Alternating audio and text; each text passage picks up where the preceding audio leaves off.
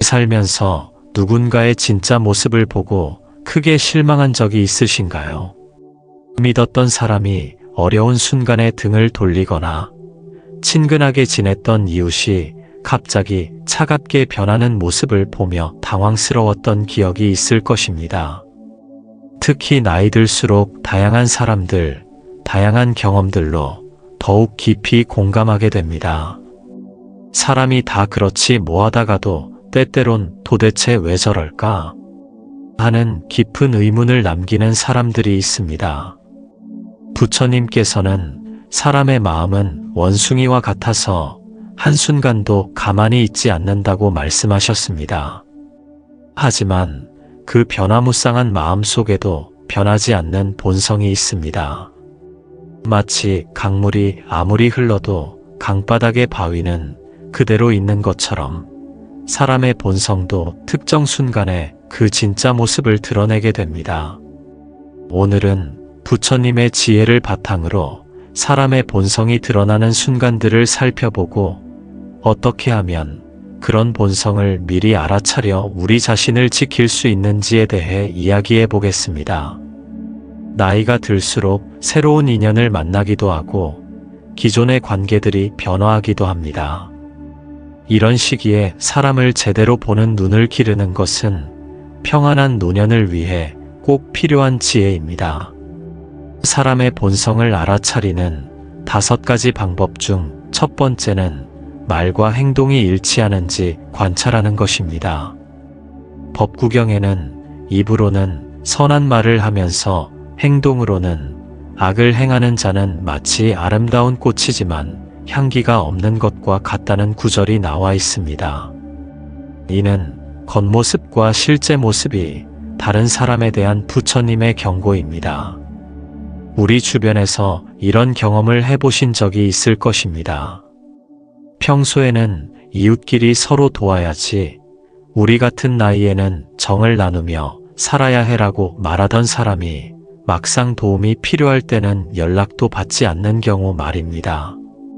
또는 종교 모임이나 경로당에서 항상 자비와 사랑을 이야기하던 분이 집에서는 가족들에게 불같이 화를 내는 모습을 보이기도 합니다. 중화암경에서 부처님께서 다음과 같이 말씀하셨습니다. 사람을 알려면 그의 말을 듣지 말고 행동을 보라. 말은 바람과 같아서 쉽게 바뀌지만 행동은 그 사람의 마음 깊은 곳에서 나오는 것이다. 특히 아무도 보지 않는 곳에서의 행동, 이익이 없는 상황에서의 행동을 관찰해 보십시오. 그것이 그 사람의 진짜 모습입니다. 예를 들어 평소 환경 보호를 강조하던 사람이 남들이 보지 않을 때 쓰레기를 함부로 버린다면 그의 환경 보호는 진심이 아닙니다. 효도를 중시한다고 하면서도 부모님께 짜증을 내는 모습을 보인다면 그의 효심은 거칠해일 가능성이 높습니다. 나이가 들수록 이런 위선적인 사람들을 만날 확률이 높아집니다. 새로운 취미 모임, 종교단체, 봉사활동 등에서 처음에는 좋은 인상을 주던 사람들이 시간이 지나면서 전혀 다른 모습을 보이는 경우가 많기 때문입니다. 이럴 때 서두르지 말고 충분한 시간을 두고 그 사람의 말과 행동이 일치하는지 관찰해 보시기 바랍니다. 사람의 본성을 알아차리는 두 번째 방법은 화날 때의 모습을 살펴보는 것입니다. 분노는 사람의 가장 솔직한 모습을 보여주는 거울입니다. 아함경에서 설하기를 화난 사람의 얼굴에서는 그의 진짜 마음을 볼 수 있다고 했습니다. 평소에 아무리 온화하고 친절한 모습을 보이던 사람이라도 화가 났을 때는 숨겨진 본성이 그대로 드러나게 됩니다. 특히 우리와 같은 연배에서는 화를 내는 방식이 그 사람의 인품을 가늠하는 중요한 척도가 됩니다. 나이가 들면서 성격이 더욱 고착화되기 때문에 젊을 때 숨길 수 있었던 성격의 결함들이 그대로 노출되기 때문입니다. 좋은 사람은 화가 나더라도 다른 사람을 함부로 대하지 않습니다. 자신의 감정을 조절하려고 노력하고 설령 화를 내더라도 상대방의 인격을 모독하지 않습니다. 반면 본성이 좋지 않은 사람은 조금만 자신의 마음에 들지 않아도 버럭 화를 내며 상대방을 깎아내리는 말을 서슴지 않습니다. 증이라 함경에는 이런 구절이 나와 있습니다. 성내기 쉬운 사람은 마치 썩은 나무와 같아서 겉보기에는 멀쩡해 보여도 조금만 건드리면 부서진다. 화를 잘 내는 사람과 가까이 지내다 보면 언젠가는 그 화의 대상이 될 수밖에 없습니다. 실제로 경로당이나 복지관에서 보면 평소에는 웃으며 지내던 어르신들이 사소한 일로 다투는 모습을 종종 볼 수 있습니다. 게이트볼 경기에서 심판 판정에 불만을 가지거나 식사 순서에서 밀렸을 때 혹은 자신의 의견이 받아들여지지 않았을 때의 반응을 보면 그 사람의 진짜 성격을 알 수 있습니다.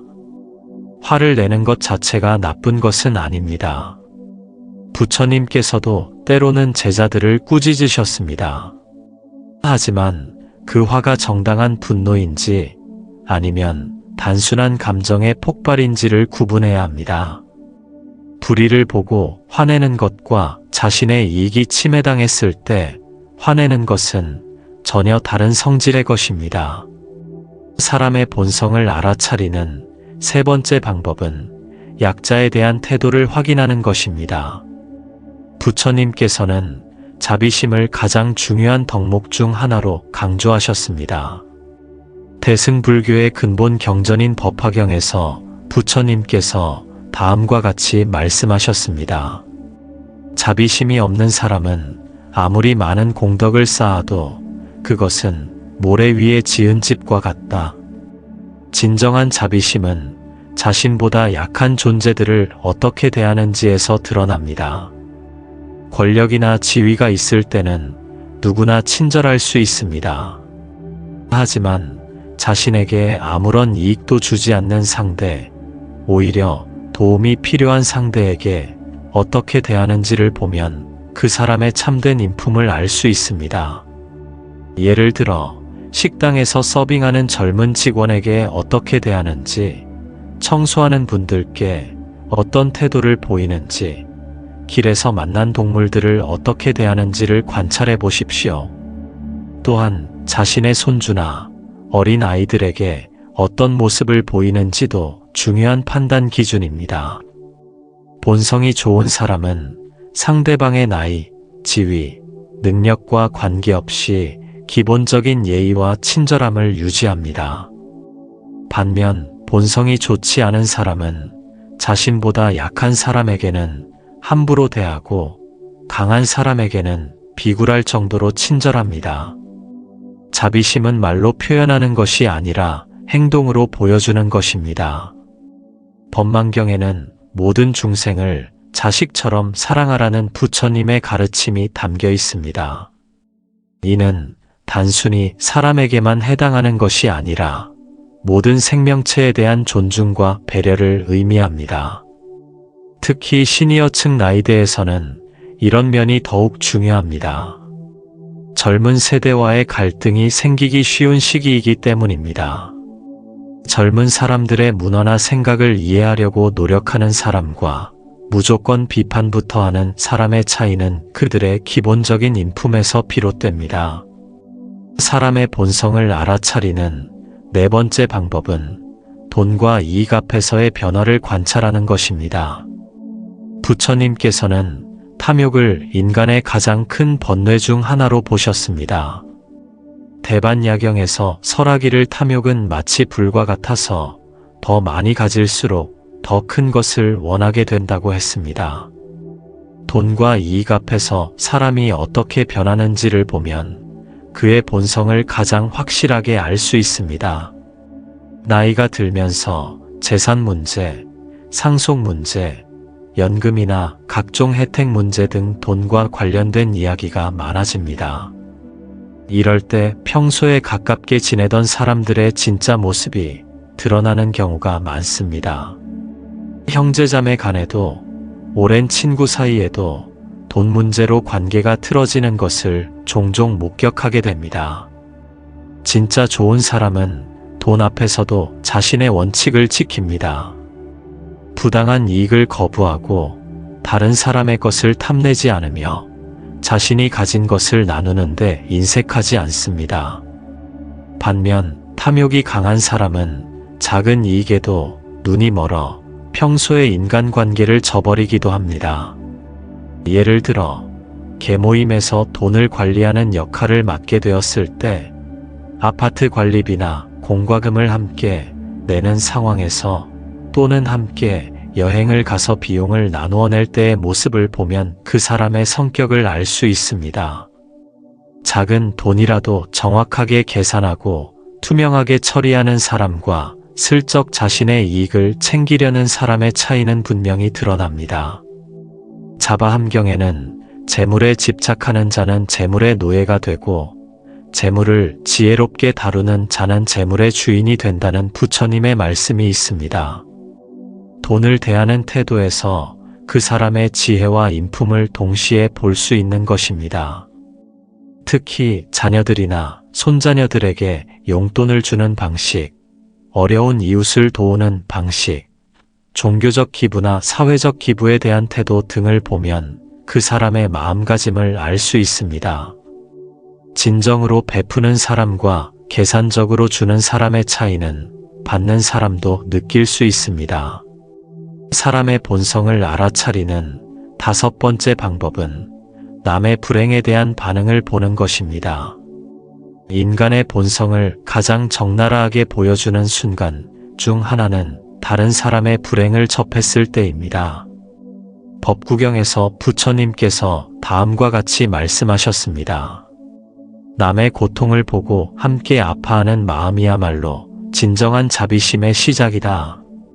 좋은 사람은 다른 사람의 아픔을 자신의 일처럼 걱정합니다. 위로의 말을 건네고 할 수 있는 범위에서 도움을 주려고 노력합니다. 설령 직접적인 도움을 줄 수 없더라도 진심 어린 관심과 걱정을 표현합니다. 반면 본성이 좋지 않은 사람들은 남의 불행에 대해 몇 가지 좋지 않은 반응을 보입니다. 첫째, 완전히 무관심한 태도를 보입니다. 그런 일이 있었나? 몰랐네라며 아예 관심을 두지 않습니다. 둘째, 은근히 즐거워하는 모습을 보입니다. 평소에 잘 나가던 사람이 어려움에 처하면 속으로 기뻐하면서도 겉으로는 걱정하는 척합니다. 셋째, 불행의 원인을 찾아 비난합니다. 그러게 평소에 조심하지라며 피해자를 탓합니다. 나이 들면 주변에서 크고 작은 불행한 일들을 많이 접하게 됩니다. 친구나 이웃이 병에 걸렸을 때, 가족에게 사고가 났을 때, 경제적으로 어려워졌을 때 등 다양한 상황에서 사람들의 진짜 모습을 볼 수 있습니다. 화엄경에는 모든 중생의 고통을 내 고통으로 여기고 모든 중생의 기쁨을 내 기쁨으로 여기는 것이 보살의 마음이라는 구절이 나와 있습니다. 이는 단순히 종교적 이상만이 아니라 인간으로서 가져야 할 기본적인 마음가짐을 설명한 것입니다. 예를 들어 같은 아파트에 사는 이웃이 갑자기 남편을 잃었을 때 어떤 사람은 며칠 동안 음식을 해다주고 장례 준비를 도와주지만 어떤 사람은 원래 몸이 안 좋더니라며 뒷말만 합니다. 또는 평소에 자랑스러워하던 자녀가 사업에 실패했을 때 진심으로 걱정해주는 사람과 그러게 너무 자랑만 했지라며 비아냥거리는 사람의 차이는 명확합니다. 이런 상황에서 보이는 반응은 그 사람의 교육 수준이나 경제적 능력과는 관계가 없습니다. 순전히 그 사람이 가진 인간성의 문제입니다. 진정한 품격은 어려운 사람을 대하는 태도에서 나타나는 것입니다. 지금까지 사람의 본성을 알아차리는 5가지 방법에 대해 말씀드렸습니다. 이런 방법들을 통해 상대방의 진짜 모습을 파악했다면 이제는 그 다음 단계가 중요합니다. 좋은 사람이라면 더 가까워져도 되겠지만 만약 본성이 좋지 않은 사람임을 알게 되었다면 어떻게 해야 할까요? 부처님께서는 독사를 피하듯 악한 자를 멀리하라고 말씀하셨습니다. 하지만 현실에서는 완전히 피할 수 없는 상황들이 많습니다. 같은 동네에 살거나 같은 모임에 참여하거나 가족의 지인이거나 하는 경우에는 아예 만나지 않을 수는 없으니까요. 그렇다면 이런 사람들과 어떻게 지혜롭게 거리를 두면서도 불필요한 갈등 없이 지낼 수 있을까요? 무작정 피하기만 하면 오히려 더 큰 문제가 생길 수도 있고 그렇다고 가까이 지내자니 마음이 편치 않습니다. 다행히 부처님께서는 이런 상황에 대해서도 지혜로운 해답을 제시해 주셨습니다. 이제 본성이 나쁜 사람들로부터 자신을 지키면서도 평안을 유지할 수 있는 3가지 방법에 대해 알아보겠습니다. 본성이 나쁜 사람을 피하는 첫 번째 방법은 경계심을 늦추지 않는 것입니다. 부처님께서는 제자들에게 항상 깨어있는 마음을 강조하셨습니다. 대반 반경에서 설하기를 방일하지 않고 항상 깨어있는 자만이 진정한 평안을 얻을 수 있다고 했습니다. 이는 단순히 수행에만 적용되는 말이 아니라 일상생활에서 사람을 대할 때도 마찬가지입니다. 나이가 들면서 외로움을 많이 느끼게 됩니다. 자녀들은 각자의 삶을 살아가고 오랜 친구들과는 점차 만남이 줄어들고 새로운 사람들과의 관계가 필요해집니다. 이럴 때 너무 성급하게 마음을 열어버리면 나중에 큰 상처를 받을 수 있습니다. 처음 만난 사람에게는 적당한 거리를 유지하면서 점진적으로 관계를 발전시켜야 합니다. 아무리 첫인상이 좋고 말이 잘 통한다고 해도 그 사람의 진짜 모습을 알기까지는 시간이 필요합니다. 중화함경에는 현명한 사람은 뱀을 만나도 함부로 손을 내밀지 않는다는 비유가 나와 있습니다. 구체적으로 어떤 점들을 주의해야 할까요? 첫째, 처음 만난 사람에게 개인적인 정보를 너무 많이 알려주지 마십시오. 가족 상황, 경제 상태, 건강 문제 등은 충분히 신뢰관계가 형성된 후에 이야기하는 것이 좋습니다. 둘째, 돈과 관련된 일은 더욱 신중해야 합니다. 아무리 좋은 사람 같아도 돈을 빌려주거나 투자를 함께하는 것은 피해야 합니다. 셋째, 집에 초대하거나 개인적인 부탁을 하는 것도 서두르지 마십시오. 특히 요즘은 노인들을 대상으로 한 각종 사기나 범죄가 많아지고 있습니다. 건강 관련 상품을 판매하는 사람들, 투자를 권유하는 사람들, 종교나 단체 활동을 빌미로 접근하는 사람들 중에는 처음에는 매우 친절하고 관심을 보이지만 결국 나쁜 목적을 가진 경우가 많습니다. 경계심을 가진다는 것이 사람을 불신하거나 냉정하게 대하라는 뜻은 아닙니다. 기본적인 예의와 친절은 유지하되 마음의 문을 너무 성급하게 활짝 열어주지는 말라는 의미입니다. 시간을 두고 상대방을 관찰하면서 점차 관계를 깊게 만들어가는 것이 현명한 방법입니다. 본성이 나쁜 사람을 피하는 두 번째 방법은 직감을 믿고 거리를 두는 것입니다. 불교에서는 육근 중 의근을 매우 중요하게 여깁니다.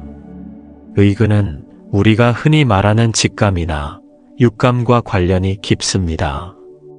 능엄경에서 부처님께서 다음과 같이 말씀하셨습니다. 깨끗한 마음으로 사물을 바라보면 그 본질을 꿰뚫어 볼 수 있다. 이는 우리의 직관적 판단력이 때로는 논리적 분석보다도 정확할 수 있음을 의미합니다. 오랜 세월을 살아오면서 우리는 수많은 사람들을 만나고 다양한 경험을 쌓았습니다. 이런 경험들이 축적되어 어떤 사람을 처음 만났을 때도 무의식적으로 그 사람을 판단하게 됩니다. 이때 느끼는 불편함이나 불안감을 무시해서는 안 됩니다. 예를 들어 새로 이사온 이웃과 처음 인사를 나누었는데 뭔가 찜찜한 기분이 든다면 그 감정을 무시하지 마십시오. 겉으로는 아무 문제가 없어 보이고 말도 잘 통하는 것 같지만 마음 한구석에서 계속 불편함을 느낀다면 그것은 단순한 편견이 아닐 가능성이 높습니다. 우리의 무의식은 미세한 신호들을 포착합니다. 상대방의 표정, 말투, 행동 방식에서 일관성 없는 부분들을 감지하고 이를 불편함이라는 감정으로 우리에게 알려주는 것입니다. 이런 직감을 무시하고 억지로 관계를 발전시키려다 보면 나중에 더 큰 문제에 부딪힐 수 있습니다. 물론 모든 직감이 옳은 것은 아닙니다. 때로는 선입견이나 편견이 작용할 수도 있습니다. 하지만 나이가 들수록 이런 직감의 정확도는 높아집니다. 젊을 때는 경험이 부족해서 잘못 판단할 수 있지만 지금은 충분한 경험과 지혜가 쌓여 있기 때문입니다. 직감을 믿는다는 것은 상대방을 노골적으로 피하거나 무례하게 대하라는 뜻이 아닙니다. 기본적인 예의는 지키되 깊은 관계로 발전시키지는 않는 것입니다. 인사는 나누되 개인적인 이야기는 하지 않고 함께 있을 때는 친절하되 따로 만나지는 않는 식으로 적당한 거리를 유지하는 것입니다. 금강경에는 모든 상은 허망하다는 유명한 구절이 있습니다. 겉으로 보이는 모습이 전부가 아니라는 뜻입니다. 따라서 표면적으로는 좋아 보이는 사람이라도 마음이 불편하다면 그 감정을 신뢰하고 조심스럽게 접근하는 것이 현명합니다. 본성이 나쁜 사람을 피하는 세 번째 방법은 나쁜 영향을 차단하는 환경을 만드는 것입니다. 부처님께서는 좋은 벗의 중요성을 자주 강조하셨습니다. 아함경에서 설하기를 나쁜 친구는 1000명이 있어도 소용없고 좋은 친구는 1명만 있어도 족하다고 했습니다. 특히 나이가 들수록 주변 환경이 우리에게 미치는 영향은 더욱 커집니다. 좋은 사람들과 어울리면 자연스럽게 나쁜 사람들이 접근하기 어려워집니다. 이는 마치 밝은 등불 주변에는 어둠이 스며들지 못하는 것과 같은 이치입니다. 선한 사람들은 서로를 끌어당기고 악한 사람들도 서로를 끌어당기는 경향이 있습니다. 구체적으로 어떻게 좋은 환경을 만들 수 있을까요? 첫째, 긍정적이고 건전한 활동에 참여하십시오.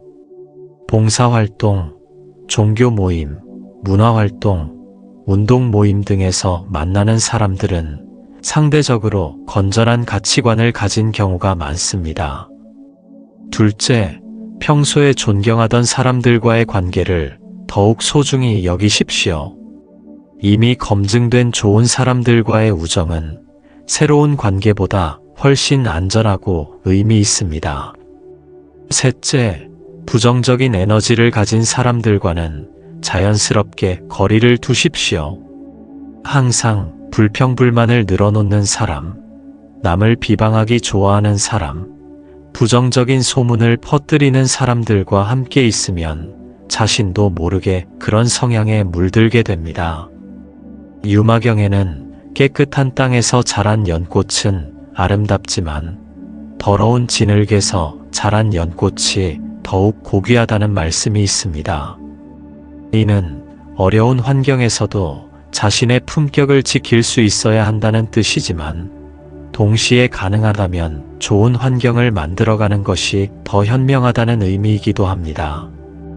특히 경로당이나 복지관, 종교시설 등에서 활동할 때는 어떤 그룹과 어울리느냐가 매우 중요합니다.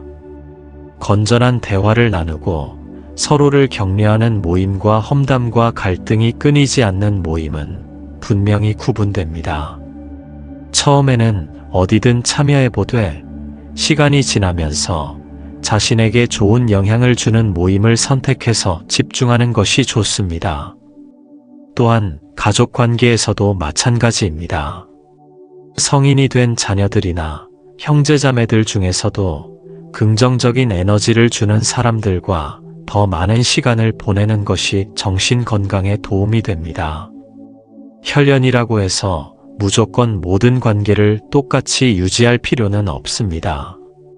지금까지 본성이 나쁜 사람들로부터 자신을 지키는 3가지 방법에 대해 말씀드렸습니다. 경계심을 늦추지 않고 직감을 믿으며 좋은 환경을 만들어가는 것이 핵심이었습니다. 그런데 실제 생활에서는 이런 큰 원칙들 외에도 더 세밀한 관찰이 필요할 때가 많습니다. 저 사람이 좋은 사람인지 나쁜 사람인지 아직 확실하지 않은데 좀 더 자세히 알아볼 방법은 없을까 하는 생각이 드시는 분들이 계실 것입니다. 부처님께서는 작은 것에서 큰 것을 알 수 있다고 하셨습니다. 마치 한 방울의 물에서 바다의 맛을 알 수 있듯이 일상의 작은 행동들을 통해서도 그 사람의 전체적인 성품을 파악할 수 있다는 의미입니다. 앞서 말씀드린 5가지 방법은 비교적 큰 상황에서 드러나는 본성이었다면 이제는 평범한 일상 속에서도 놓치기 쉬운 작은 신호들을 읽는 방법에 대해 이야기해 보겠습니다. 이런 세심한 관찰력을 기르면 상대방을 더 정확하게 판단할 수 있을 것입니다. 첫째, 약속에 대한 태도를 보십시오. 작은 약속도 소중히 여기고 지키려고 노력하는 사람과 쉽게 약속하고 쉽게 어기는 사람의 차이는 분명합니다. 나이 들면 깜빡깜빡하지 뭐라며 자주 약속을 어기는 사람은 실제로는 상대방에 대한 배려가 부족한 경우가 많습니다. 둘째, 감사 표현의 방식도 중요한 신호입니다. 도움을 받았을 때 진심으로 고마워하는 사람과 당연하다는 듯이 받아들이는 사람, 그리고 나중에 더 큰 도움을 요구하는 사람들을 구분해 보십시오. 진정한 감사는 말로만 표현되는 것이 아니라 행동으로도 나타납니다. 셋째, 대화할 때의 경청 자세를 관찰해 보십시오. 상대방의 이야기를 진심으로 들어주는 사람과 자신의 말만 하려고 하는 사람, 그리고 다른 사람의 이야기를 듣다가도 자꾸 자신의 경험담으로 화제를 돌리는 사람들을 구분할 수 있습니다. 넷째, 실수에 대한 대응 방식도 그 사람의 인품을 보여줍니다. 자신의 잘못을 솔직히 인정하고 사과할 줄 아는 사람과 변명만 늘어놓거나 남 탓을 하는 사람의 차이는 분명합니다. 나이가 들수록 자존심 때문에 사과하기 어려워하는 경우가 많은데 그럴 때일수록 진짜 인품이 드러납니다. 이처럼 일상의 작은 신호들을 읽는 능력을 기르면 사람을 판단하는 정확도가 훨씬 높아집니다. 하지만 아무리 좋은 판단력을 가지고 있어도 나이 들어서 특별히 더 조심해야 할 부분들이 있습니다.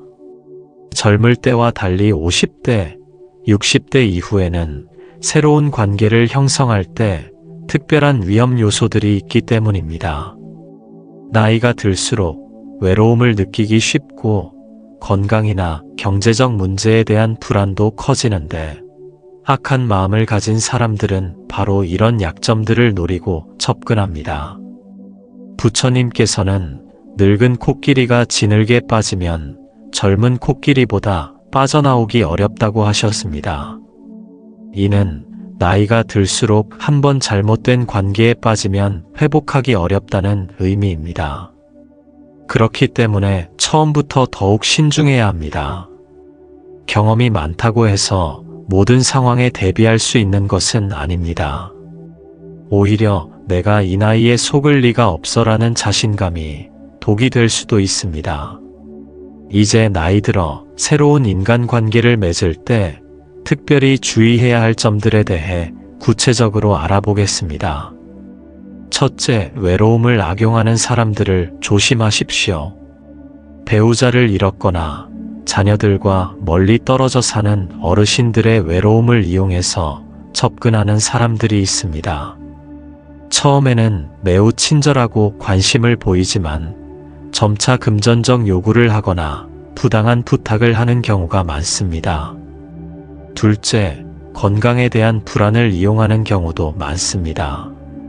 나이가 들면서 건강에 대한 관심이 많아지는데 이를 악용해서 효과 없는 건강 제품을 판매하거나 검증되지 않은 치료법을 권하는 사람들이 있습니다. 이런 사람들은 처음에는 건강 상담을 해주는 것처럼 접근합니다. 셋째, 투자나 재테크 관련 접근에도 주의해야 합니다.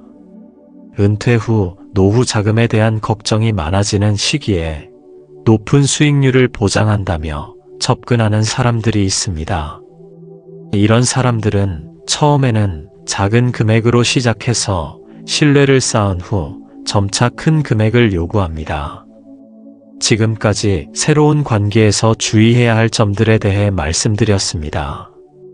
외로움을 악용하는 사람들, 건강 불안을 이용하는 사람들, 그리고 투자 사기를 치는 사람들을 조심해야 한다고 했습니다.